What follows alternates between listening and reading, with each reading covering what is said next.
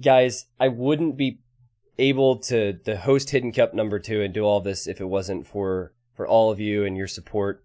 To be able to just talk about an upcoming tournament with well over 1,000 viewers is something I never expected, and I'm absolutely blown away by your support. All right. So, this is the Hidden Cup 2 talk show, and we're going to start it off by talking about Hidden Cup number 1, because I know a lot of people might have missed that. Dave was there to co-cast with me for a lot of it, so we're going to talk about exactly what happened and what to expect in Hidden Cup number 2. Thank you very much to Microsoft and Legless Alex and this community for putting up the prize pool for Hidden Cup number 2. Over $10,000, well over what Hidden Cup 1 had, which was $1,500. Just crazy stuff.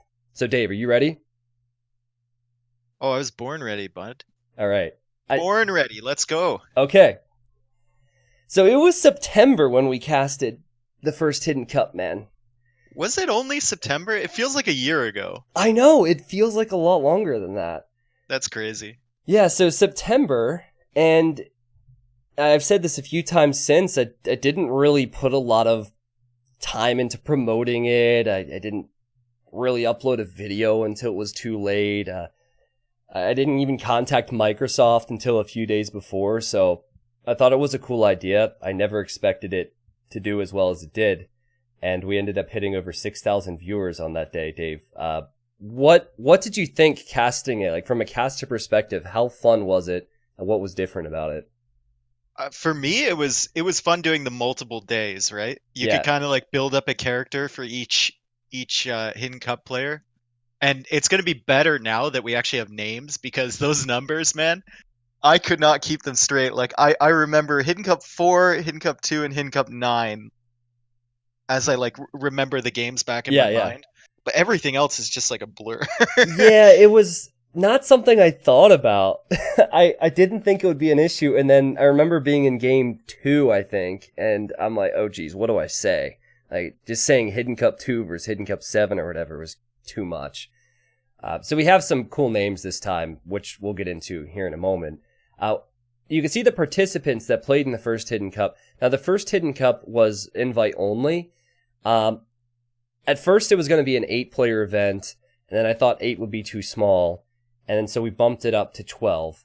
And we had round 1 as a qualifier, with 4 players getting a free pass to the quarterfinals.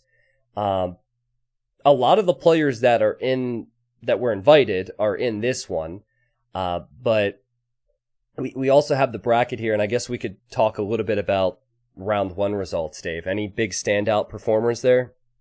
Well, obviously Miguel. I mean, Miguel was a standout performer throughout this entire event in September. And I think Slam as well. Slam kind of surprised me with what he was able to do.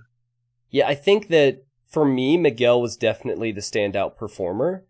To lose 3-0 in the semifinals versus Viper is not... I mean, it's a disappointment, right? But it's not a huge surprise. Those games were close. You remember those games. Even Viper said, that series could have gone either way, even though it was a 3-0. Yeah, I agree. I think it could have easily gone to the best of 5. Just a few moments when you're up against Viper, right? He's going to find your one weak point and try and abuse that. But yeah, he 3-1'd Doubt in round 1. And then he beat Leary in the quarterfinals. So had Leary won that best of 5, we could have easily had Viper and Leary in the semis, but Leary was beaten.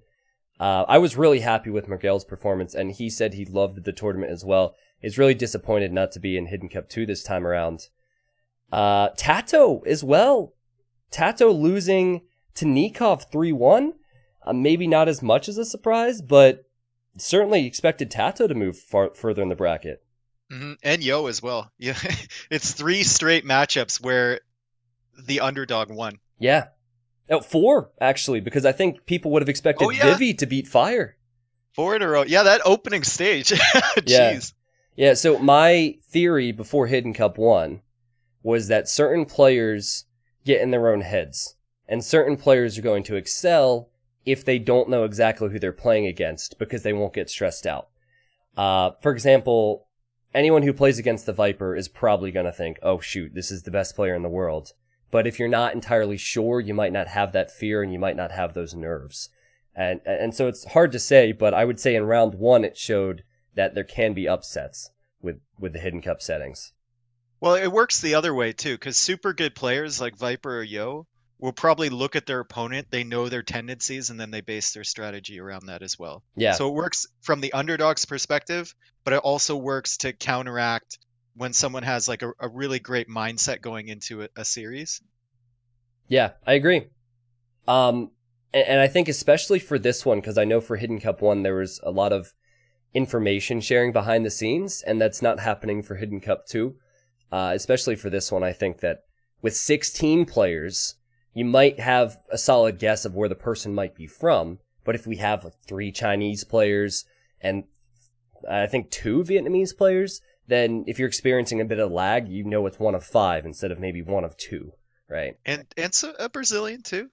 Yeah. Got some Latin America flavor there.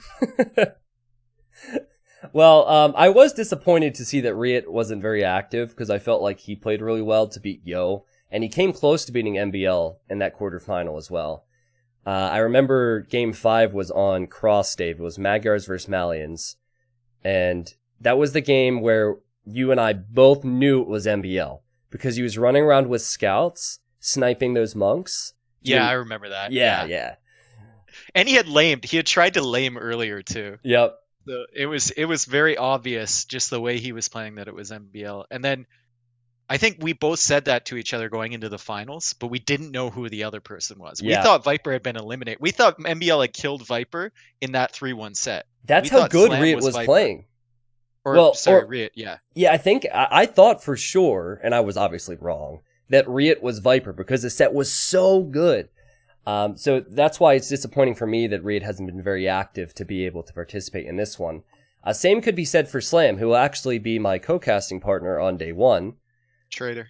So Slam, disappointed to see that he just hasn't been playing a lot, and he didn't have the rating required, or he didn't even sign up for Hidden Cup number 2. So that's kind of a bummer for me, man, but certainly there are plenty of other awesome players in this. Slam was one of the players that you had designed Hidden Cup for, because he's never really done well by himself in a tournament. So we thought he would be very successful. And I mean, he did get the bye the first round, so his placement isn't 100% organic, but he did beat Fire 3-1. Yeah. And he played well against MBL as well. Yeah, I think he just made a bad decision. If I recall, it was going 3 ranges instead of 2 or something versus MBL. And you know what? I remember the exact game. Do you remember the game where in the north he showed his archers by attacking the palisade wall? Oh, yeah. I don't know how many people here are going to remember these specifics, but I definitely remember that. But anyway, so I'm really excited to have him co-casting with me on day 1, and Dave will be day 2, 3, and 4. You're so right, though. Slam is the player who has the talent, but I think that he's always choked in tournaments, and there might be other players who don't perform up to the best of their ability. There might be another Canadian who is in a similar situation as well. Yeah, like Hera, right? Who's in this Hidden Cup. Yeah. Well, we'll talk more about that in a bit. I just want to end the Hidden Cup 1 conversation with some of the milestones that the channel hit. So, as I said, when Hidden Cup 1 was organized, I didn't expect it to do all that well. And we hit a viewer record on that final day. 6,100 viewers were watching the final. And it was a crazy jump as well.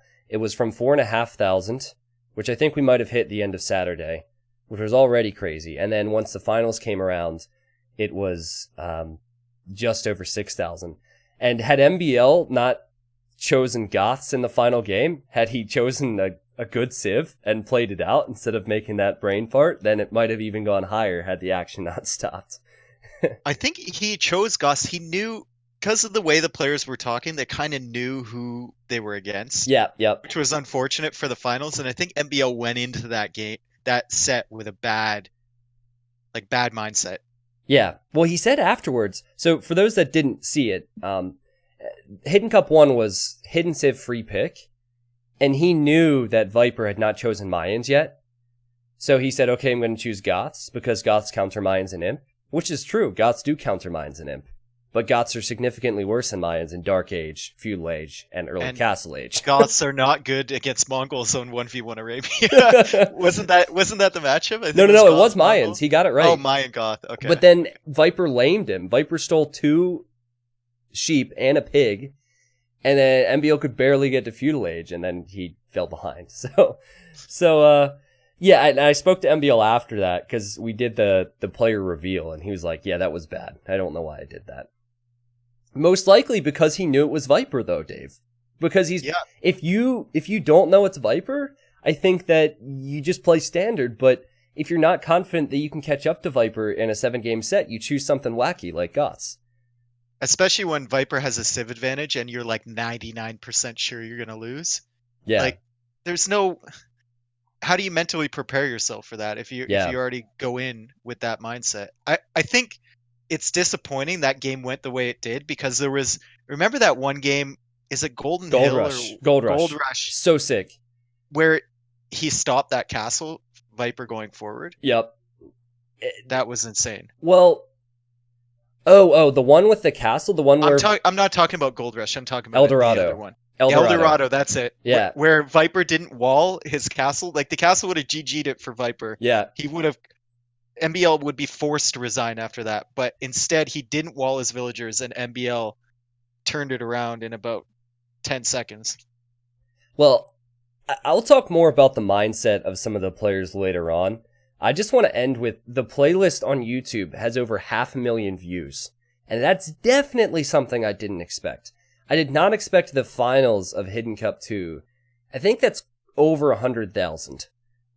It's really hard for me to expect YouTube views at all. I have a video that has 1.5 million that's about chopping trees and only trees. But I just didn't think that there would be so much overwhelming support with the first one, which got me even more excited to do the second one. And with that, I think we can move on and we could talk a little bit about the settings here. You can see the 16 players that are playing in Hidden Cup 2. You can see the total prize pool. Once again, thank you to Microsoft. Microsoft has put in $5,000 for the prize pool. It's amazing to see Microsoft involved with sponsoring tournaments again. And then Legless Alex, who was in my Twitch chat like 2 minutes ago. I don't know if he's lurking. He has helped out with $2,500. And then myself, which is essentially this community, has chipped in almost 3,000 to fill it out to be 10. It's like 10,500 at this point. But Dave, we have Mr. Yo, MBL, Viper, Leary, Max, Hera, Nikov, Doubt, Backed, Tato, Valise, Tim, Fat Dragon, ACCM, Dogal, and Jordan23. What are your thoughts on that list, man? That's a really, really good list of players. Yeah. There's not many people that I would want to add. Yeah. I mean, there's some fringe players on here. Like ACCM is right on the fringe, or whether he should be in this list. Yep. With these types of players, maybe you could make an argument that Valise was on the fringe. Yeah. And Jordan as well. But like overall, the quality here is amazing. I think that so the way we did this, the top 14 rated signups would get in. So it was both your max rating and your rating average. So that means you couldn't get 2K6 in 1 week. Oh, I guess if you got 2K6, you'd be fine. But you couldn't get 2K4, for example, which is where Valise and ACCM was, 1 week and not be there consistently. So ACCM and Valise, I think, got the 13th and 14th spot. And then the 15th and 16th spot were fought for in the qualifiers. So someone like Dogal probably has a higher skill peak than Valise. But he wasn't Jordan active. Does too. Yeah. And Jordan, but they weren't active. So they had to fight in the qualifiers, and Dogal and Jordan proved that they deserved that spot. So I agree. I think Valise and ACCM maybe squeaked by a little bit. They could have easily fell into the qualifiers, but Valise was. They deserve. Do you remember it. 2 years ago? Valise was the top rated player on Vubly. Yeah, I know. And something about the Finland players, man. you know that Max and Veliz have been practicing. Mm-hmm. Like if you have someone to practice with, it helps you so much. The downside is, since it's random seeding, you could actually face up against your practice partner in round 1. you don't know, so yeah, I do think that Veliz could possibly surprise us. The one that stands out to me, that I would really like to see perform well here is Backed, because Backed on his day can beat anyone. But then on other days, not so much. The consistency just isn't there for him. Yeah, Backed. And also, if someone pauses, now that Backed is in Yes! the tournament, everyone is going to be like, it's Backed! I If know! I was one of these players, I'd just be pausing all the time. I know, I spoke, I think it was Doubt. I forget what pro player I was speaking to. I think Doubt said, hidden cup with Backed is not a hidden cup. Because he pauses. I mean, if it's a best of 5, he's going to pause at least 3 times. He's so known for it. The other thing that Backed does is he always chooses the orange color, and then he turns on team colors to make it red and blue on his screen. So if someone chooses orange, it could be Backed confirmed, or it could be someone trying to mind game and act like they're Backed. Like ACCM, for example, he could choose orange. He could try and act like he was Backed, because the ping factor would be very similar. People would assume that it might be Backed because the ping's the same. Oh man, I spoke to Leary after the first Hidden Cup, and he said that he was disappointed with his result, especially after seeing how many people watched. I don't think he was expecting there to be 6,000 or 7,000 people watching, and from a competitive standpoint, you obviously want to please, you want to be known as one of the best players, so he did say that he was really looking to change things up. Spoke to Hera a lot about this before the tournament. He's in really good form, Dave, but I think that the only downside for him might be the nerve factor and the lack of experience. Well, I think also the map variance is going to hit Hera a little bit. Okay, yeah, possibly. possibly. If this was an Arabia tournament, Arabia Hidden Cup, maybe he would have a good shot at getting somewhere. But with the extra maps, like, what do we have? Like Regicide Arabia and like Cup and Bay, he might struggle a little bit. Yeah, and I think that could be the same for a few of these players. If you look at the top 3 or top 4 there, Yo, MBL, Viper, Leary, those guys can play any map. But then someone like Hera, who might not have as much experience with hybrid maps, someone like Veliz, maybe. I actually don't know too much about Veliz's experience. Veliz will be fine. Yeah, so there are certain players, it's a good point, Dave, that would excel more so on an Arabia tournament than a tournament like this, which features lots of different maps. I think the map selection might actually benefit some players here as well. Like Tato is going to have a benefit because he can think up new strategies. Yes, for I agree. Maps like Bay or Cup. ACCM, with a map like Cup, I feel like things like that ACCM will do well with. Yeah. Because he can put down that weird sort of pressure with his towers and his forwards and things like that. He puts down a lot of pressure on his opponents, and he a lot of times he forces them to panic. Well, I'll bring up the maps now. I'm sure many of you have already seen some of the maps and casts on YouTube and Twitch. We have Acropolis, Arabia Regicide, which gives you a Barrack and a King. Bay, Cross, Cup, which Dave was talking about. El Dorado, Gold Rush. Hideout, Mongolia, Rooster, and Scandi. The settings for round 1 and most of the rounds, they have a heavy reliance on home map picks, Dave. So you talked about ACCM maybe having success with a certain style, right? Mm-hmm. Game 1 is always Arabia. Game 2, 3, 4, and 5 are home map picks. So each player will choose 2 home maps, which means that if you're trying to guess your opponent's identity, you could maybe get some clues off the map they pick. And that also means that players could play more towards their strengths. For me, that's a huge deal, because if you have, let's say, for example, you're a strong water player, and you're in an event which only has 1 water map, and a best of 5, then that's not going to be very good for you. But if you have 1 Arabia, and then 2 of the maps at least are going to be your home map picks, it makes sets potentially more exciting, and there's more likelihood that we'll see best of 5s go to the 5th game. Mm-hmm. And especially since it's loser picks map, right? Yes, so exactly. If they're down 2-0, then they still get their map pick. Yeah, exactly. So you get, let's say player A wins Arabia, player B uses their home map in game 2, and then player A wins whatever that home map was in game 2, then player B gets to use his other one. So there's less 3-0 potential, but of course you never know. So these are the identities the players are going to have this time. Instead of Hidden Cup 1, 2, 3, and 4, etc., we have Attila the Hun, Bled of the Hun. Can we go through this right now just to get your pronunciation correct? Because sure.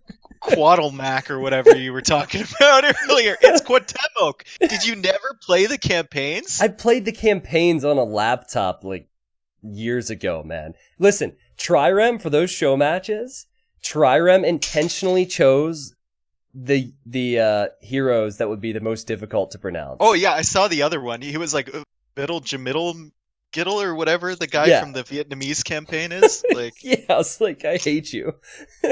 But anyway, so I might screw up the pronunciations here. I've not practiced this. I'd like to make this clear, okay? So the best way to know if you're doing something right or wrong is to wait to see how Twitch chat reacts.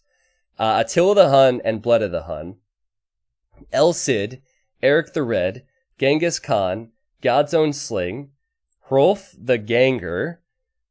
Ganger. Hrolf. It's Hrolf.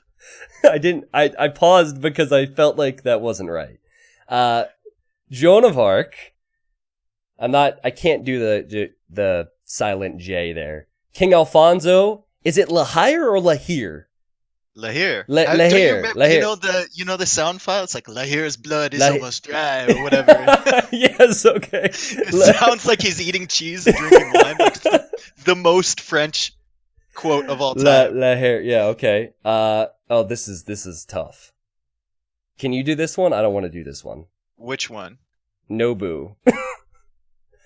Is it Nobunaga? Nobunaga? Okay, so there's... Yeah. I just could sound that one out and I would have been fine. Perfect. Ornlu the Wolf, Robin Hood. Is it Subutai? Subutai, yeah. Or Subutai, I think is how they say it. Okay. Tamerlane. And then, unfortunately, William Wallace was stolen, so we have Willie Wallace. I feel bad for the player who gets William Wallace. Everyone else has like this badass hero, and then someone's just gonna be called Willie. I think it's hilarious. Oh, it sounds like a mascot for like some Scottish brand. Yeah, like Willie Wallace's haggis or something. Oh, by the way, it's not Willie Wallace. I think we had a typo here on the overlay, so it is Willie Wallace, not Willie Wallace. But I think that's going to be funny when we're casting. The hope here, and I'm sure it will help, is that when we're casting the games, we can easily look back and remember the players' identities. Mm-hmm. Mm-hmm. But because I'm with you, Dave, I remember maybe 3 or 4 of the usernames from Hidden Cup 1. It got so confusing, man. Exactly. Like, just casting it, and then the amount of times we would talk to each other, like, what's that him in that set? Yeah. What's that the other person? You know, I can't even imagine for the viewer how confusing it was, because we were casting it and it was confusing for me. Yeah, and it was not something that I could really change. No, not after mid-tournament. I started it, so I realized, but I didn't want to bring attention to how annoying that was. Mm-hmm. Sorry, chat. Yeah, sorry about that. We had to learn the hard way there. But this is a really nice idea, and this is actually from community input. A lot of people gave their ideas for this. There were some different names we could have added in, of course. We could use that for the next Hidden Cup, though. You know, there's plenty of names we could use. Where are we next? So we've talked a little bit about the settings. Dave, I don't know if you had any thoughts, like in regards to the settings. Maybe we could talk more about that with the civs or whatever. You don't necessarily know my order of things behind the scenes here, so if you have anything else to bring up, bring it up. I like the hidden civ feature. I Yeah. mean, you're going to have the Civ draft, so they can kind of predict what their opponent is going for. But if someone picks a hard counter, then that other person sees it in the Civ draft, then they're always going to be concerned about it, right? Yes. It's another layer that they have to worry about. Yeah. So just to explain, the way it works, let's say it's a best of 5. So first off, seeding across the board is random. So we could have Viper versus Jordan, Viper versus Yo. Like we could have a very strong round 1 matchup.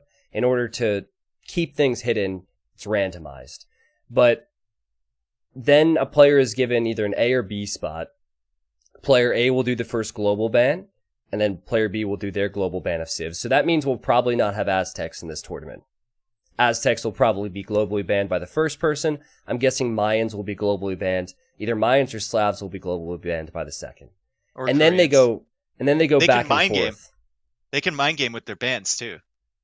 What would you say? You said or what? Or Koreans. Like if you ban Koreans, right? Then the other person's gonna be thinking, "Oh, I'm against Viper." Like,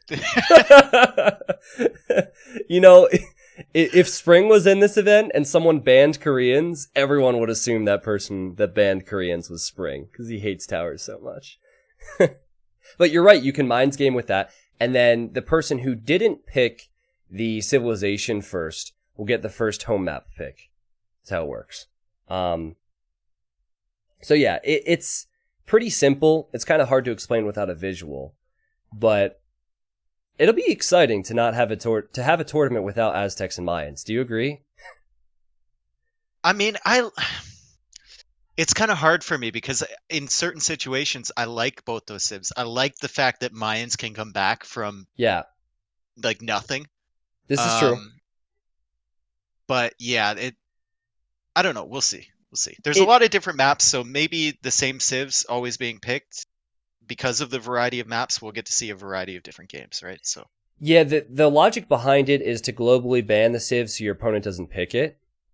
I'm just basing all of my knowledge here on the qualifiers. I think 70% of the time we had people banning Aztecs and Mayans, but the other one to ban could be Chinese. I think globally banning Chinese is good because the home maps are actually picked first. So let's say someone gets El Dorado for their home map. Banning Chinese is always good. Chinese is so strong now because you start with cheap. If you had told me 2 years ago or even a year ago, even 6 months ago, if you tell me that Chinese is like top 5 civ, you would have laughed. Yeah. But the maps change, right? You get your food right away. All of a sudden, Chinese, great option. Yeah. So I think maybe Chinese, if we're talking about the strongest civs, because those are the ones that could potentially be global banned, it's probably Aztecs, Mayans, Chinese, and maybe Slavs. But it all depends on what the player wants to globally ban. I just think that sometimes the logic is to remove that option from their opponent. I'll actually answer a few questions about this, though. It's a T90. What if players couldn't globally ban a civ they had already banned in another set? I don't want to talk too much about potential changes to settings, because the settings are already set in stone. Is the last ban also first pick? If so, less incentive to ban the best civs. Is the last ban also first pick? Oh, I see. Yeah. So the last ban. So player A bans the first, then they get to pick first, which means that if you ban last, then you also get to pick your first civ last. I think it's A, B, B, A. If you want full details on that, I can recommend you go to AoE Zone. It has the breakdown there in the settings. It's really hard for me to talk that out. It's easier to look at it, at least for my brain. Dude, I'm just want to go to the maps real quick. Dave, how many of the qualifiers did you get to watch? I know that the times weren't the most convenient. I tuned in for a few of them. I tuned in purposely and went back and rewatched a couple of the cup games because I really liked that map. Yeah. And I wanted to see what sort of meta was developing. Yeah, which is important. Yeah, basically just cup and I think Bay watched the game. I don't know. Okay. Well, the reason I ask is because Bay and Cup have been so awesome. And I was really worried when we put a new map into an event with this much money. You don't want the map to be bad. And Bay and Cup was awesome. I don't know if the people here on Twitch agree, but I think some of the best games from the qualifiers were on those two maps there. Now, I don't know if it's solid enough for players to pick home maps and pick Bay or Cup, but if you're a player who feels comfortable on that, who develops a strategy, I feel like that could give you an edge to practice a map that players don't have a lot of experience on. I think we might see, and it might give hints to us, some of those fringe players we were talking about. Yep. Maybe they go for those maps as their home map. Yep. Maybe an ACCM decides to pick Cup or Bay or even Arabia Regicide, because that's like nutty. Yeah. Maybe they decide to pick something like that. Arabia Regicide, you start with a barracks and you start with 5 invisible pop space with a king. And that might not seem like a lot, but starting with the barracks means you can drush earlier, means you can make more men-at-arms. There's so much added flexibility and aggression. I really like it. And then, and I agree, I think that if you're looking at the player list again here, if you're possibly a mid-table or mid-tournament player, I guess, like Velez or ACCM or even Max might be considered around the 8 or 9 mark, then you go for something different. You prepare a strategy with the Civ for a certain map and use the fact that you can pick home maps to your advantage. I like those maps. They're awesome. Another one, which might give us a clue as to who is who, is Scandinavia. If someone picks Scandinavia, Dave, what nationality would you say they are? I'm putting you on the spot here. What is it? What am I? Yeah. So let's Finnish. Okay, never mind. Chinese, Spanish? Man. Chinese. Chinese I can see players. so many of these players picking Scandinavia. Dude. Yeah, this is true. I mean, my point is the Chinese players historically, they go with Scandinavia a lot, and I think that Yo and Vivi use Scandi in Hidden Cup number 1. But I might just confuse myself because everyone could choose Scandinavia. It's a solid map. I think Yo picked Cross in Hidden Cup 1, didn't he? He picked, maybe that was a different tournament. It that could have been an ECL. I remember that his 5th game between Riot was on Scandi. However, it could have been Riot's home map pick. The point is, okay, whoever picked it, the point is that depending on the map picks, we might have a clue of who people might be.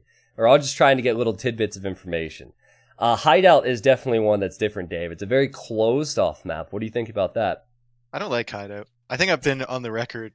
Wait, you want me to hype it up? It's the only map. It's the only map in this list where I'm just like, Well, I mean, fair enough, boring. Man. I love it. Only Dave always can be invited. Always a boring game in Hideout. That's so not true. Good game. Jordan 23 says otherwise, man. Jordan 23 beat Fire in the qualifier finals when Fire had 5 relics. Jordan cut through the center and raided Fire to death. It was sick, but it's all right. You're entitled to your own opinion. Listen, all right. If you don't judge me if I start snoring during a 3-hour Hideout game in this Hidden Cup, okay? All right, it's fine. I'll just have to have Slam on standby to call him in. It's no biggie. I mean, I don't know what player's going to choose that. I feel like Hideout's actually a good map to go forward on. So, I mean, I guess the players who would not like to be as aggressive with open maps would prefer it. Who knows? I don't know if there's any player here. It's not like we have an out-and-out arena player playing in this. If we had John Slow, then yeah, John Slow's going to choose it every time. But the other players are all capable on many different maps. Small thing to bring up here about the Acropolis map. We made an adjustment to the Acropolis map a few weeks back, and we actually haven't seen it since. The golden stones are no longer near the front of your base. Or if they are near the front, they're not touching that little stone area, that downslope. I guess it's hard for you guys to see it, but basically we made it slightly more fair. Also, there was a little bit of drama with El Dorado map and the set between Lan and Dogao. The Eldorado version now does not allow palisading of any fish. It's not possible, so that change was made. And apart from that, I don't think, beyond making it so Scandinavia and Eldorado are no longer winter versions, I don't think any more changes were made. Wait a second. Did someone palisade the deep fish on Eldorado? So, thought you knew about it. No. Wait a second. Didn't necessarily want to discuss that, but basically what happens, so Dogal was up 3-1 versus Lan, and whoever would win that best of 7 would get a spot. Did not say in the rules that you could not palisade fish. And Dogal read that and decided to take a competitive advantage and palisade it. The fish that he palisaded one, and it was around 150 food, I think, at the time. Okay, so not the end of the world, but exactly. Still. Well, well, if it's not in the rules, right? That's something you learn in the qualifiers, correct. And then you move on to the main event, right? So yeah, and I mean, Lan understood. Lan's like, I didn't even think about that. You gotta give props to Dogal for thinking of it and trying to be cutthroat and get victories. But honestly, I just felt like it was a bit unnecessary because the guy was up 3-1. He had Chinese on Eldorado, which is way better than Vikings. And it just created a bit of drama and headache for myself. But anyway, that has been fixed, so it's not a concern. We don't have to worry about that. Whew, man. This is actually the first time I've ever done a podcast. How am I doing, Dave? No, you did. You've done a podcast. I joined your before. crappy podcast where you guys just made fun of me the whole time. Man, you might have been the worst guest we've ever had. Yo, we had a guy named Bash. He had never played Age of Empires before. We just brought him in as a guest, and he was arguably a better guest than you. Yeah, that's basically the setup of the podcast. They're like, oh, congratulations, Tristan. And then they just start ripping on me the whole time, like, oh, you didn't host this podcast, blah, blah, blah. Yeah, that was a nightmare, man. I still have nightmares about that. Anyway, yeah, this is the first time I've ever done a podcast, and the organization of it is very different from a normal cast, right? Let's move on to expectations and goals, because I have a lot of expectations for this event. It's really impossible to know what to expect, but my expectation is that players are going to troll like crazy during this, Dave. I think the trolls are going to come out. I think that we'll have people choosing yellow to act like they're Viper. I think that people might even pause to act like they're backed. I think that people will type in all caps to act like they're maybe Fat Dragon or Yo, and the list goes on. What are your thoughts? Mm-hmm. I agree. Even with the Civ picks, I think we'll have trolls. Yeah. It's just, there's so many dimensions when you don't know the other player's identity. Yeah. That they can throw out so much stuff, and then if you're really banking on trying to figure out who your opponent is, which I think is the wrong mindset going into this, that could screw you up. That could screw you up a lot. Yeah. Yeah, and I think the other thing is the fact that you can't prepare for an opponent. Mm-hmm. If you're Leary and you know you're facing MBL next week, you prepare and you can think about how MBL tends to play. And so when you show up, you have a general game plan for him.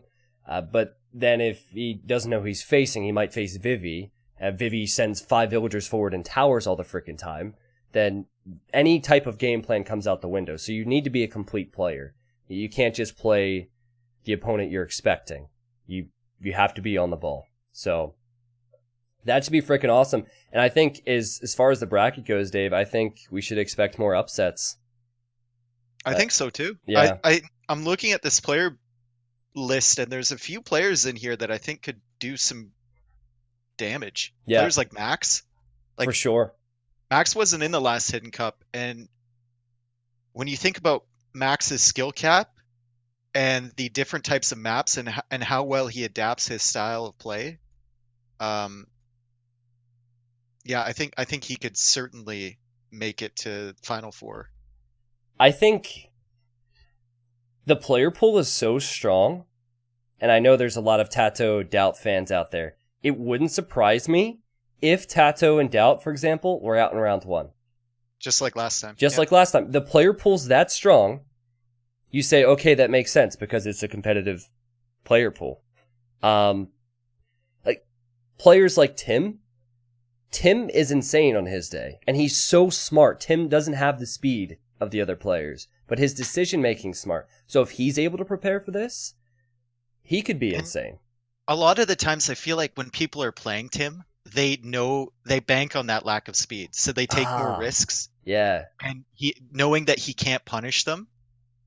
So maybe if they're playing a bit safer and they're a bit slower than they would usually be against Tim, maybe he can punish that even more. I don't know. Well, let's talk about 3 players. I'm going to give 3 players that I think could be a big surprise in this tournament, as in a good surprise. Dogal is the first name. We just casted a game. Dogal he didn't wreck MBL, but it was an insane game where he came back against a guy who made Hidden Cup finals. Guy hasn't been active on the scene. He was inactive for about a year, came back, qualified. I think Dogal could do very good. Another player on my list is Hera. Hera, I think it was a best of 9 the other day versus Slam, and he 4-1'd him. He's one of the fastest players in the game. He also was not extremely active around the first Hidden Cup. I remember he became active immediately after that and was saying he wished he could have participated. And then the other one for me is got to be Max, because Max didn't play in the first Hidden Cup. The guy is always solid. He's one of the best team players in the world. I'm really looking forward to seeing what he can do in 1v1s. We basically have the same list. The same list? I'm gonna say Max, definitely. Hera. I've kind of changed my tune on Hera because I don't think this will benefit Hera as much. Okay. As I originally thought. I've been watching him recently, and I don't know what it is, but there's still some things missing from his game, in the strategy department. Okay. That I think need to be rectified before he can really go far in a tournament like this. So Max, you've changed your stance from thinking he's a finalist to he can really get some good results leading up to. Remember when we were talking about Hidden Cup 2 and both of us, I was like, we should add a dark horse, Yeah. And then both of us were like Hera at the exact same moment. Yeah, that was months ago. Yeah. But I've kind of changed my stance on that. He's a really good player, and I fanboy Hera because he's Canadian, as you know. Oh, really? I didn't know that. Yeah. But I think he needs to add some things to his game before he can really do damage. So I'm gonna go with Max, Valise, and Dogal. Okay. Yeah, Valise is another player. We just don't have a lot of results, I guess, from Max and Valise to really know what they could do in a tournament that's not only Arabia. So I agree. I think that they're definitely dark horses. Jordan 23 needs to be mentioned. For me, when I compare the plays of Dogal and Jordan, I feel like Dogal was stronger from the guys who came in from the qualifiers. Mm-hmm. But Jordan 23, as far as I knew, was leaving the game a few months ago. And then we announced Hidden Cup 2. He signs up, he qualifies. Look at who he beat in the qualifiers. Look at those 3 players that he beat. Yellow, Miguel, and Fire. Yeah, he beat some insane players. Miguel, if you want to look at it this way, Miguel beat Doubt and he beat Leary in the first Hidden Cup. So if Jordan beat that guy, Jordan's definitely better than Leary, right? That's not really how it works, but okay. Yeah, but the point is that Jordan did have some good results. Kind of like you said about Hera, I feel like Jordan definitely has some weak points to his game. When I watched the set between Jordan and Fire, Fire flat out threw 2 of the games, and Jordan acknowledged that. So it wasn't like he absolutely destroyed him. That said, though, Fire was also in the first Hidden Cup, and Fire did decent. So I'm hoping that Jordan gets some good results. I'm hoping that he really shows proves his fans proud, because there's a lot of people out there who think Jordan is bad. There is a disproportionate amount of Jordan fanboys. Yeah. For how many people he gets on his stream and how often he plays and how long it's been since he's actually won something. Yeah. There is a ridiculously disproportionate number of Jordan fanboys. Yeah, and there's a lot of them. It kind of makes sense, right? He's Germany's biggest star.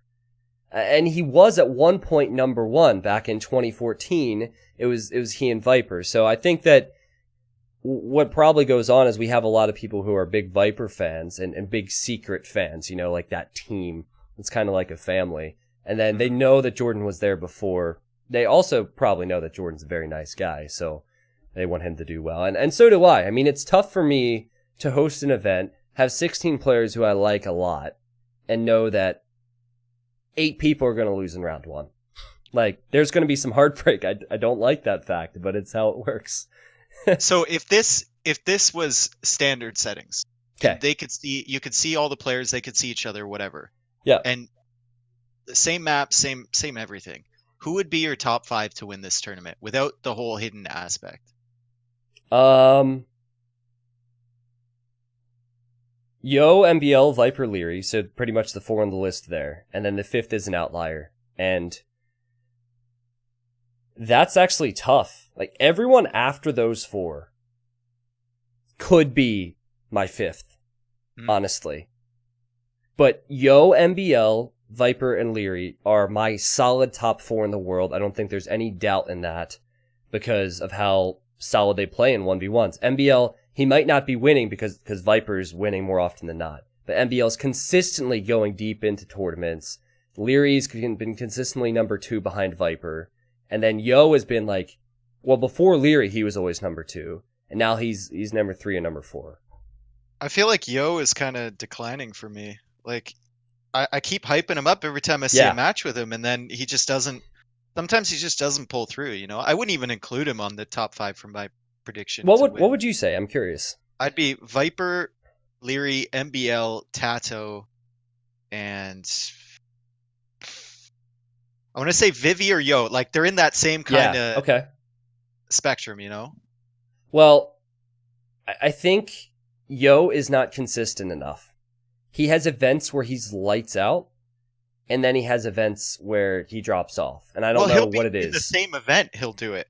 He'll have one set where he's crazy, and then another set a day later, and he just won't show up. To be honest, though, I think that's just a problem as a whole for anyone except MBL, Viper, and Leary. Because that's really what it comes down to. We're looking at best of 5s and best of 7s. You have to be consistent over each set of games to go far into a tournament. And Yo on his day is unbeatable. Vivi on his day is unbeatable, but it's not always their day. Whereas, like, you look at Viper, it's not his micro that wins games. It's not necessarily his macro that wins games. It's that he's consistently doing well with everything, right? So yeah, I think Vivi definitely deserves a shout. I feel the same way about Vivi as you do about Yo. I don't think he's been quite as consistent.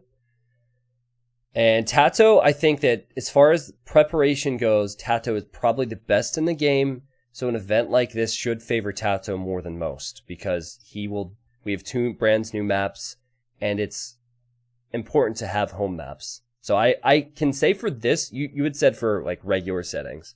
For this, Tato goes way up in terms of what I expect because of the amount of preparation. I think Tato goes down. I think this format hurts Tato. Really? In what way? And I think it showed it in the first Hidden Cup. He can't... You said he has the best preparation going into games. Yeah. Knowing your opponent is a big part of that preparation. Ooh, good point, yeah. I think it hurts Tato, to be Interesting. honest. The new maps kind of benefit him. Yeah. Cup and Bay. He'll definitely... And Regicide. He'll definitely be thinking of strategies to win those maps. But I think taking the identity of the person he's facing away out of his arsenal hurts That's him. a good point. Yeah, that's a good point. I think that with the home maps, if he's able to develop a strategy that works for Bay and Cup that hasn't been figured out yet, that's where I'm thinking Tato can really surprise because he just has that type of mind that can prepare. But you're right, if you don't know who you're preparing for, it almost takes preparation as a whole kind of out of the window because the style of play your opponent has is so important. You got to really focus on yourself. You can't pay attention to your opponent at all. Yeah. Like you have to know what they're doing in terms of like map picks and stuff like that, but you don't even try and guess who they are. I think that's a path to failure. Yeah. I think that. Do you remember MBL saying that he thought Slam was? Who did he think Slam was? He thought he was like Yo or something. I think he said he was Vivi. or Vivi. I forget. MBL was like, I was pretty sure it was Vivi. He was trying to figure it out the whole time. That might have been too distracting for him. Well, I saw a few people in the Twitch chat here, and notably so because Doubt has a lot of fans as well. Surprised at when I said, I think I might have implied that Doubt wouldn't win. Doubt certainly has the skill, certainly has like the know-how, but I don't put him in that top 5. Do you agree, Dave? Guys, Doubt's only in this player pool so that when someone fails a castle, everyone's going to say Doubt. That's the only reason. Yeah, that's the only reason. I'm joking. I hope Doubt does really well. I really like Doubt. I like watching his games. They're always interesting, if nothing else. But I think based on his result last time and the way he's kind of hovering outside that top 5 at the moment, yeah, it doesn't give me a lot of confidence. I agree. I think Doubt is a solid top 10 player. Is he someone who I favor against MBL? Probably not. Viper? No. Leary? No. That's the way I see it. Yo, maybe. God. So I've got a religion against me now. No. You're a heretic. Well, I mean, it's the meme, right? Doubt is not only a top 10 player, but he's number 1 when it comes to the AoE2 memes. So, but yeah, I'd like to see him do well. The thing about Doubt is that the reason he's good is because he's always solid. So he's not one to have an off day, but he is one to not necessarily have the peak when it comes to some of the smaller movements with micro and whatnot. So, well, we talked a lot about the players, man. I want to talk about quirks that the players will have before we move on. Okay. So let's go every other on this, because every player might have something. Whether that's good or bad, every player might have something when we're trying to guess. Mr. Yo, for me, is kind of tough. The only thing is choosing red. He chooses red a lot and types GG. If he picks Vikings, I think I know it's Yo. If he picks Vikings and walls up, you think it's Yo? Yeah, okay. I've seen it. Man, Yo is so good with Vikings, dude. He is. Unbelievable. Arguably the best Vikings player. Do you remember it was King of the Desert? Was it Yo and Yingwall? He was Vikings? Yeah, where he went berserks against it was Vikings against Indians. Yes. Yep. Yeah, and I was like, when's the last time you saw berserks in a game? And then he went berserks and won. Yeah. But Yo plays the closest to Viper's late game, I think, than anyone. Like, in terms of scouting the other areas of the map, the top 5 guys always scout every inch of the map, get those extra golds and whatnot. So, something to look out for there. But beyond that, man, if someone chooses red and types in caps, then that's my guess, but I don't have much. I don't think we'll be able to spot him. Yo's just solid all around. Exactly. Well, Yo will make himself known if, let's say there's a best of 5 and he's played all 5 games very solidly. Yes. Then we would be like, oh, this might be Mr. Yo. I agree with that, and I think along those same lines, we could say the same about maybe Dogao or Doubt. Because let's go in order. Yeah. Okay. We haven't been doing anything in order. So. That's fine. Put some order. So go back next. Pausing for sure. 100%. Pausing for sure, and orange. Pausing and orange. Yep. MBL. I think we all know that one.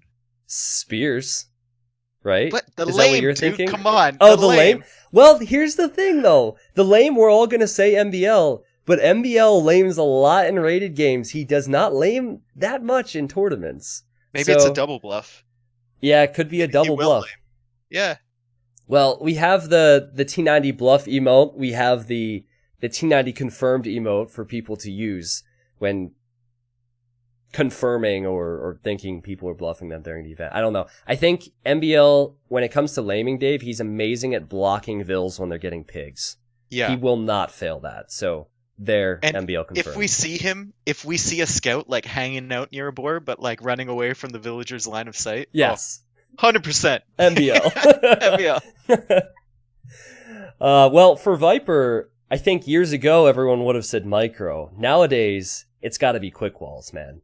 He's definitely the best in the game when it comes to saving villagers with little quick walls and gates. Yeah, and just overall efficiency on everything. Yeah. And map awareness as well, scouting, stuff like that. Like when we see one of these players being at their peak performance, we're just gonna assume that it's Viper. I keep seeing you in the chat talking about turtle ships on Rooster.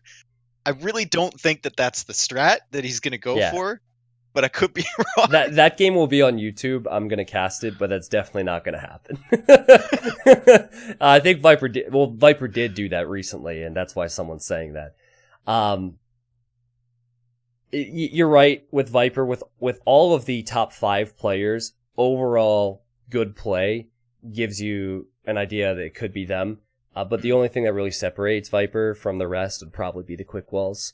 Dave, do you remember it was a Bedouins game, Hidden Cup 1, and the one guy house-walled in a scout next to the stable? I think so. And I yelled, "Who is this man?" That was Viper. And I didn't think of it at the time because that was when he really started messing around with all these quick walls and stuff. Mm-hmm. But I'll be looking for that this time around. Thank God Bedouins isn't on the map pool, by the way. I don't know how this Explain Bedouins meme started, but it is like the longest lasting meme. Even my wife at the mall has gone away. And Bedouins is still here. Like, it's not even a funny meme. It's just funny a dumb meme. The only reason it's funny to people is because you get annoyed when people ask you to explain it. It's funny because you hate it. That's the point, man. There was like... Was it all of Hidden Cup in like another tournament? It's like, Dave, why don't you explain Bedouins? No! That is partially my fault, though, because I would introduce the players... And then normally I send it to Dave to talk about anything he sees on the map. So on Bedouins, like Dave would have to explain villagers collecting shorefish faster and stuff. So anyway, that's not in the map pool. We don't have to worry about that. What about Leary? Anything that stands out with him? If we see crossbows being over microed to hell, then I think we know it's or we're gonna assume it's Leary. If we see some super impressive micro. Yeah. One of the most impressive bits of micro I ever saw in the game, actually, was Viper vs. Leary, the first King of the Desert. Now, it was just Skirm micro and Feudal, but it was why Leary won the game. I think he had 8 Skirms versus 12. Viper had a hill, and Leary got 4 or 5 kills in a row without taking a single loss. It was impressive. By the way, only Vinchester was here, too. And then we could... man. Vinchester is like... Leary micro without the macro, without everything else. Leary micro without like the strategy or anything. He's got like the same micro ability. Like he's insane. It's just yeah. I recognize we've kind of gone out of order, but I'm gonna continue. Hera. I was thinking someone who goes scouts often. Yeah, a lot. Yeah. That's one of his weaknesses, I think. He tends towards the faster strategies, and I think that just has to do with his mindset and the way he plays the game. Yeah. He'll always go for the earlier up strats. The mobility of the units means a lot to him. And I think that's can be a strength for him, but it can also be an even bigger weakness. He is incredibly... Oh, we skipped the max. Sorry, Fenrir, I'll get it. He's incredibly good with movement in Feudal and Castle Age with scouts and stuff. There was a set we did between Tato and Hera in a promo set. It actually went 4-2 for Hera. And Hera was using just a few scouts to snipe monks and stuff, kind of what MBL did in the first Hidden Cup. Mm-hmm. So look out for that with Hera. I guess we forgot about Max, man. I can't think of anything with Max. Oh, I can think of something. Okay, go ahead. Because I've seen it a bazillion times. Okay, hypothetical situation. Yeah. Max is behind by 10 villagers. And it's kind of an even military game. We fast forward 5 minutes. We've been watching the fights. All of a sudden, that player is ahead by like 35 villagers. Okay. We've seen it so many times. Like his boom is insane. The way he balances military and booming, it's just something about the guy. Like his eco management is off the charts. So I think with that said, if we see a player who turtles a little bit more and probably just walls more and opts for the TCs instead of maybe an extra siege workshop or archer range, a player like that could be Max. I agree. I think that What he tends to do when he plays 1v1s is go man-at-arms, wall as base, and boom behind with maybe some archers. So I can agree with that. But it's going to be so tough because everyone can do that. Sometimes he goes for original strategies. I remember the first King of the Desert, there was one game where he had like a sneak double siege workshop with a monastery. Yes. Like pushing someone. It was insane. And he's really good at stuff like that. Yeah, I agree. Yeah, I hope he does well, man. I really think that he could do so, especially because some of these maps have so many resources on it. He could take advantage of it. Nikov, dude, I have to send out a public apology to Miguel about this. In the first Hidden Cup, Nikov he lost to Viper, and he was the one who called the GGs early. And the whole time I'm like, Dave, I think it's Miguel. Oh, I remember that. I'm like, oh, this guy who's frustrated and tilted must be Miguel. And then meanwhile, it turns out Miguel had beaten Doubt and had beaten Leary. And as I'm casting the games, I'm shit-talking him. Like, oh, he must be so tilted. Oh, and it was Nikov. So I think the one weakness of Nikov might be his mindset, man. I hope that is not like a negative thing to spot. But he can get tilted a little bit. He's also inconsistent from one game to the next game. Yeah. But he's a beast, though. That's the thing. If he is feeling it, he can beat anyone on this list. But we're not necessarily talking about expectations, but just what we would see to try and guess who is who. And the only thing I can think of, sadly, is that he might get a bit tilted. Could easily get top 4, though. Because remember, for a long time, everyone thought he was top 3. Oh boy, should we even talk about the next one? Or does everyone already know? Doubt. What on earth is Doubt known for? Oh, Dave is now out of Discord. Hold on. Can you hear me now? Wait, hold on. Yo, we're back? I could hear you. You just couldn't hear me. It's alright. I'm back. What is Doubt known for, man? Every time a castle gets denied, or a building, or anything gets denied, yeah, we're gonna say Doubt. 100%. Yeah, and anytime someone tries to split with their crossbows and accidentally splits into the Mangonel shot, basically any little fail, it might be a clue that it's Doubt. Yep. It is unfair to him because everyone makes mistakes, but it is the meme, and it is somewhat accurate. I feel like it's not even that unfair because Doubt has this... When Doubt's like losing a game or a game's right on the edge, he's got this propensity to go forward and try and drop castles like that. Yeah. Because if it goes down, he wins. Yeah, you're right. If it doesn't go down, he's still in a bad... You know what I mean? It's just he has that impeccable sense of like timing when something that might work, and he takes that risk a lot more than other players might. Yeah, I think a good way to compare how Doubt would react to being behind to Viper, for example, is Viper might be behind. Let's say he's behind by 10 vills and 5 military. Viper will try and find a way to even that out slowly. Mm-hmm. So snipe a vill on the left, move over to the right, whatever, make an extra range. Slow ways to eventually come back. If Doubt falls behind, he goes, let's send 20 vills forward to this hill and try and castle, and if it doesn't work, game over. Yeah, because the game's eventually probably going to be over anyway. So he takes that risk more than a lot of other players. And you know what? He fails more than other players because he's taking it more than other players. So, oh man. Anyway, moving. I think we did backed already. Tato. I got to say one more thing about Doubt. So in the announcement video, each player had a special animation, and Viper had a snake, and Doubt was a castle on fire. And I didn't realize when I debuted that video on the stream that Doubt was actually watching. And I rewatched because he messaged me and he said, screw you, in the chat while I played that animation.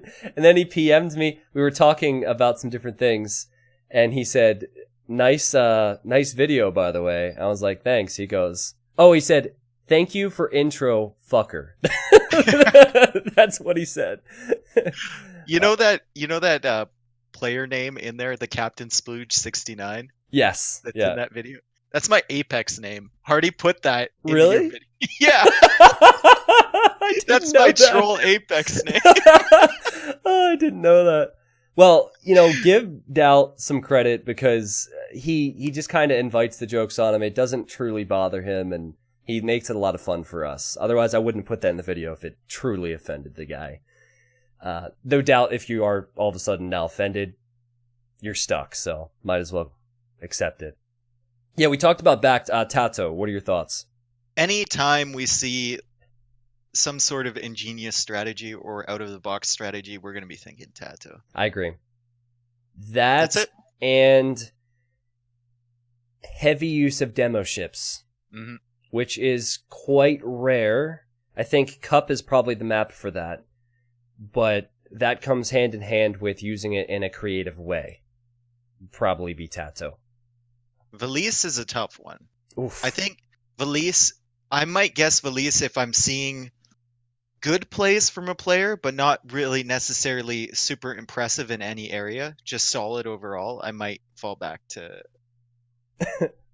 picking Valise, Well, look, Valise told me yesterday that you're his favorite caster. I bet you he's going to switch to me now. Did he? Did he actually say that? No, he didn't. I just wanted to make you. I just wanted to make you feel bad for saying that. But you're right. I picked him as a dark horse, dude. I think Valise has something to offer here, but he's gonna offer it through his consistent play. Yes, yeah, I agree. There's nothing crazy about his play except that he's solid. He is very comparable to the Max, honestly. Because Max just has that booming factor, but there's nothing else. There's no quick walls, no like insane micro, no Civ he prefers. It's just solid. I think that's Finland as a whole, just how they do things. Timid boy, Dave. Oh, God. Farms, slowness, and random walls, things, and randomness. walls, man.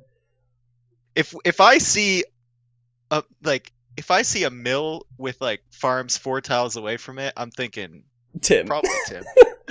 The later the game goes with Tim, the further the farms are from the mills. It's like Chris. It's Tim and Chris, man. It's so bad. Tim and Chris were the original T90 farms, guys. Tim is really well known for his walls. Now, we are going to see walls in the event. It's just the nature of Age of Empires 2. But if we see someone going with a lot of stone walls early, then maybe Tim. I don't know, because I haven't really seen... Like, everyone always talks about Tim and stone walls because of the history with Viper. The history, right? yeah. But, like, when I watch Tim, sure, there's walls, but it's not, like, happy level. Yeah, it's you're not right. an excessive amount. Like, what I see from Tim a lot of the time is those weird forwards. And he's not even walling at his base, you know? You're right, yeah. It's hard to say, because we have to play off reputation, but those reputations changed a little bit.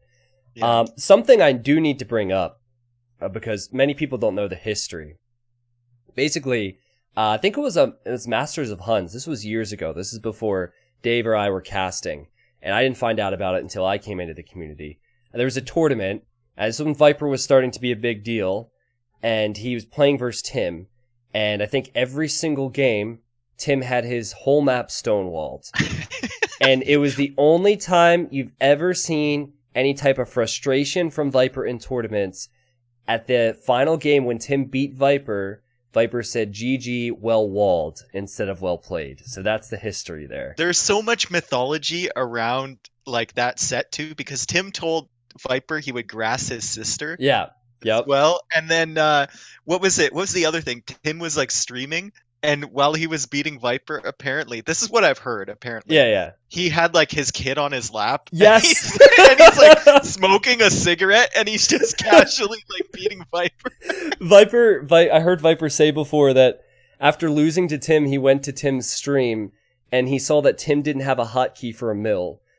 And Viper said that he was so upset that he lost to a guy who didn't have a hotkey for a mill. So, yeah, now this all happened years ago. Obviously, Viper is the undisputed #1 now. But that's where the meme comes from. So whether it's a wacky forward or Stonewalls, maybe it's Tim. All right, so Vivi, I know a lot of people would say towers, but specifically for me, I would say the single villager towers. Oh, that's Those good. those are so much, and I've seen other players start to adopt that ever since King of the Desert, Yeah, especially with the King of the Desert 2 map, the way it was so open. yeah. Vivi has this thing where he'll always use that forward villager to go to a different area and tower. Like he'll always try and claim resources early in the game. You know, if someone goes forward, let's say with 4 vills, and that forward fails, every player in the game except Vivi sends those vills back home. Hmm. Vivi goes back home, and then he loops another one around. He comes back forward to tower somewhere else. You're so right about that, man. It was the individual towers that he built that really, really stood out to me in King of the Desert. Now, Hidden Cup Arabia is different. Some of these maps are different, but that's a good point, man. Yeah, that's what I'll be looking for from him, and he's so good at it too. Yeah. Like I've seen other players try it and they lose the villager because they're trying to like take the fast path to where they want to go. Vivi Yes. will go all the way to the corner of the map and then back to make sure that that vill is safe. Yeah, you're right, man. Yeah, that's a good one. I think that I remember in Hidden Cup 1, before Hidden Cup 1, sorry, he said that he really wants to beat Viper in a tournament final, and he wants to be the best in the world, so he certainly has the aspirations. ACCM for me is probably a player who, well, he might even tower more than Vivi will. Oh, dude, that's all he does, man. But with ACCM, it's not going to be the one villager tower. It's going to be like 8 vills walking across the map, you know? Like ACCM does not mess around when he does his forwards. That's why I think he can be so dangerous on a map like Cup where you're so close to your opponent, or a map like Acropolis where you can push them off Yes, of yeah. that area. I think he might be able to pull an upset because he's been around for a long time. He's a great player, lots of experience, but And if he were hasn't to, really broken into the top 10, you know? yeah, and with the home map picks, back to that point I mentioned earlier, he could pick maps that are suitable for that strategy. So let's say you have 2 home maps you feel like you're near the best on. You just have to win that Arabia game, and then you could win your Acropolis with a crazy tower rush. And then you Mhm. could pick Arabia Regicide and go for something crazy if you want a more open map. The potential is there for ACCM. But something that needs to be said about him, as far as the mindset goes, is this guy, he doesn't need to stress. If he loses round 1, no offense to him, a lot of people are probably not going to be too surprised by that. He has nothing to lose here, you know? Mhm. Any victory that he gets is a huge plus for him. Same could be said for maybe Valise or a few of the others. I think ACCM, if I were in anyone's shoes going into this tournament, I'd want to be in ACCM shoes because I'd Exactly. be super excited heading into this. Like, this is finally a chance for you to prove how good you are. Yes. And there's no, like you said, there's no pressure. Yeah, and I think the pressure does get to some people. MBL, for instance, he feels that pressure, Hera, as we said. So, dude, Dogal, we haven't watched enough from Dogal for me to really have a thing with him. Hmm. He's returned so recently. Does anything stand out? Um, I don't, I don't know. Yeah, it's tough. I think the same as what we said with maybe Yo. If he's overall very solid, doing everything right, it could be Dogal. I have Yeah, to. I don't know enough about him, to be Yeah. honest. Also, I have seen Dogal play Rooster well over a dozen times in regular rated games. I believe that will be one of his home maps because he seems to be practicing it. So Okay. that is something. A lot of these other players are just playing the map pack, but Dogal, as far as I know, has chosen Rooster. He played versus MBL like half a dozen times on it. So I'm going to assume that since he was in the qualifiers and chose Rooster as a home map, he will do the same for the main event. And then Maybe. Jordan 23. I don't know any sort of quirks with Jordan I don't to think give I you. have one either. No. At his peak, he just did everything right and better than everyone else. There's no small quirk. The only thing I can think back to was some of his home map picks in the qualifiers, and unfortunately I forget, but I believe versus Miguel he chose Hideout as a home map. Jordan only picks AUC civs, not new civs. Emran, I don't think that's true though. I don't think that's true. I can't see him passing up some of the new civs. Yeah. I don't necessarily think that's true. Does anyone watching the stream right now remember what his other home map picks were? Because I remember Fire and Dogal, they chose the water map slot. They chose Rooster. Jordan 23 chose Hideout versus Miguel. And what else did he choose?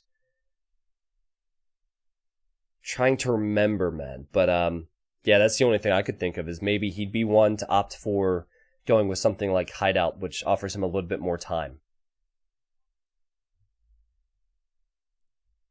So we have gone all over the place with this. I talked about the expectations from the player perspective, expecting the trolls and the level of play and whatnot. From a personal perspective, I wanted to talk to you guys about my goals. Granted, if I don't hit any of these goals, I'm still going to be very happy because the event's going to be sick. But I have a very high goal of crossing 10,000 viewers at one point. I won't have Twitch front page. I don't know if that's possible without Twitch front page. Get your friends, kids. Okay, if you see us streaming this on the final day, get your friends, get your mom. I don't want their mom. Get your mom. Get your dad. All right, get your dog an account. Okay? Everyone needs to chip in. Well, here's the logic I applied to it. The first day of Hidden Cup 1 hit 2,000 views. And at the time, the community wasn't near as big. This community has really blown up. Day 2 was around 2,500 views. Day 3 peaked at 4,000. And then wait, no, there were only 3 days. Shoot. That's right. Basically, it went up as the days went on, all right? There's only 3 days. So it was like, first day was mid-2,000. Second day was close to 4, I think. It was 4,500, I remember, because after that day, everyone's like freaking out. Yeah. And I said 5,500 for the last day, and we ended up getting like 6,100 or something. Yeah. So the logic I applied to it is that I didn't promote it at all. The prize pool was tiny. I didn't have YouTube uploads discussing it all that much, and I hit 6,000. So, I mean, I would be over the moon to hit 5,000. That's crazy. I'd be over the moon to just have a good tournament with 2,000. But just being honest with you guys, I would love to have 10,000. That's been my goal. But it's tough, you know, like as far as I know, Twitch won't be promoting it in any way. So it's got to be truly organic, which honestly would make me feel better about it.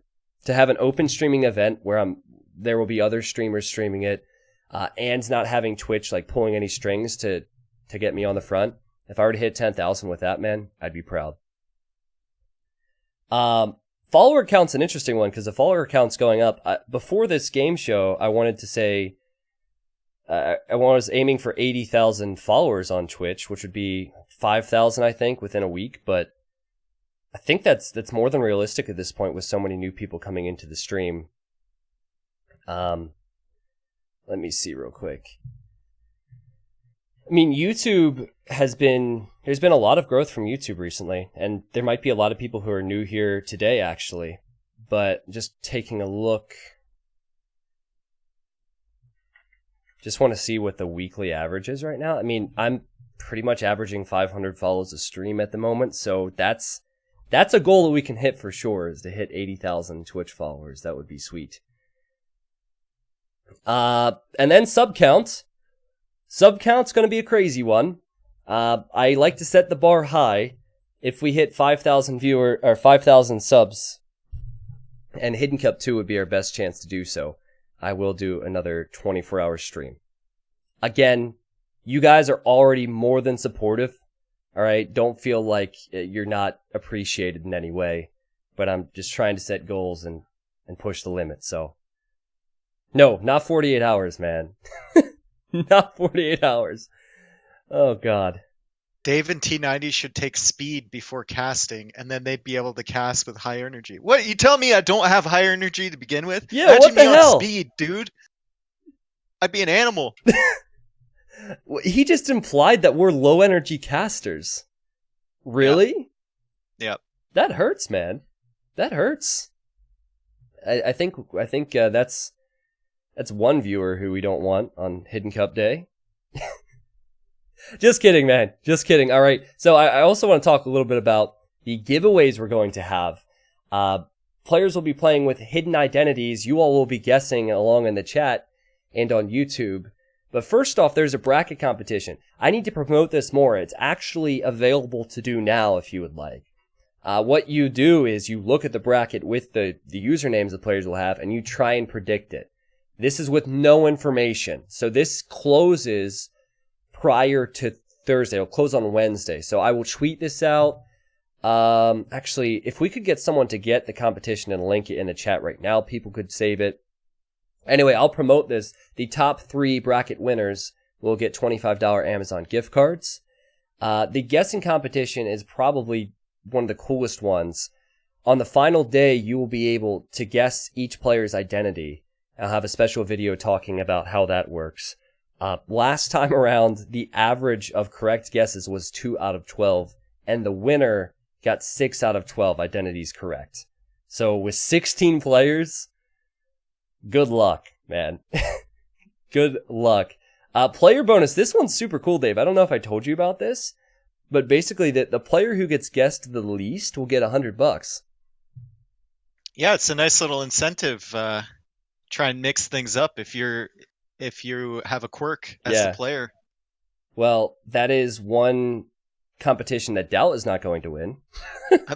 Imagine me in a hidden cup situation, Tristan. This user just bought 500 food in the feudal age. Oh, Dave confirmed. Dave. No, and if you were trying to hide who you were, you would try and play standard, and I just fail so hard. Yeah. 50. The biggest tell with you would be if it's a very close post-imp battle, both players are playing well, the fights are good, and then at the top right you see so-and-so is researching horse collar past 1 hour. That would be you. That would be you for sure.